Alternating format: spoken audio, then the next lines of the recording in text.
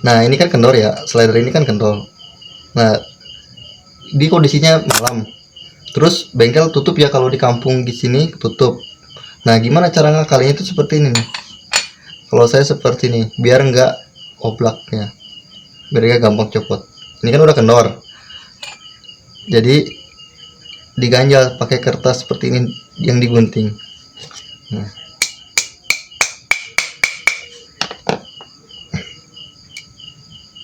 terus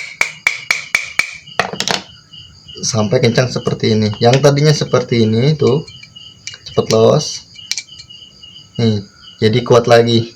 Oke, jadi sementahun. Jadi kalian tinggal cari kertas yang agak kandel gini, bisa dari jilid buku, dipotong ya menyesuaikan. Jadi yang tadi seperti ini, oh, beda, jadi keras lagi. Oke.